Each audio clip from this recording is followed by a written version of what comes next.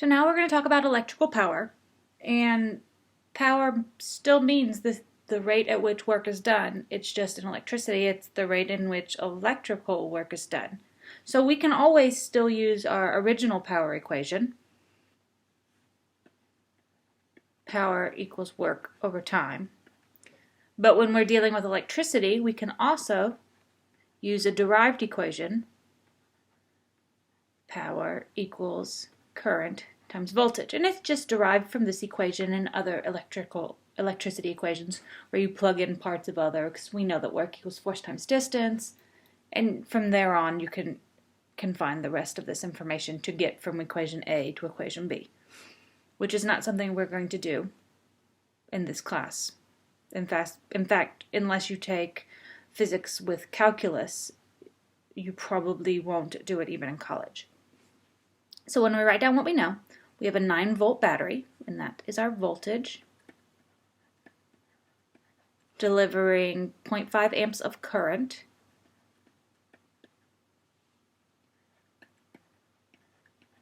To an electric motor.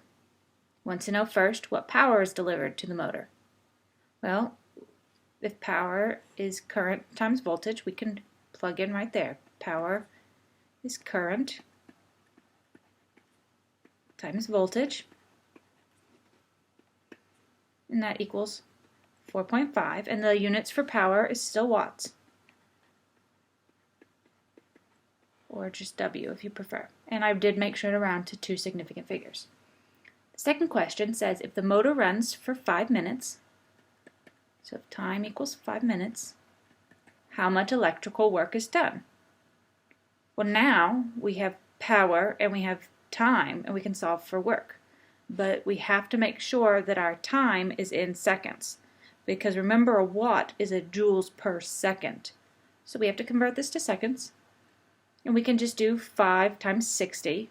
And if you want to show the dimensional analysis for this step, you can, but you don't have to. It would be 60 seconds is 1 minute. And you have to still have 2 significant figures. It will be 300 seconds. We don't have to write it into scientific notation so we have 2 significant figures. We only have to worry about that if we're rounding it. So to solve for our work, we use this equation. And if we want to solve for work, work is power times time.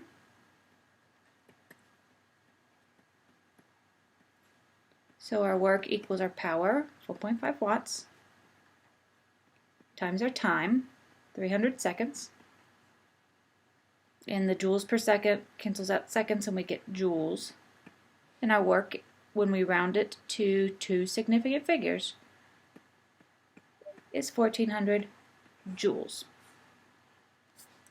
So again, lots of simple 3-variable equations. I'm going to ask you several times to solve for one part so you can solve for another part, which is pretty much the only way to make 3-variable equations more complicated. Just make sure you're keeping at least a mental list of what the symbols mean and what the units are.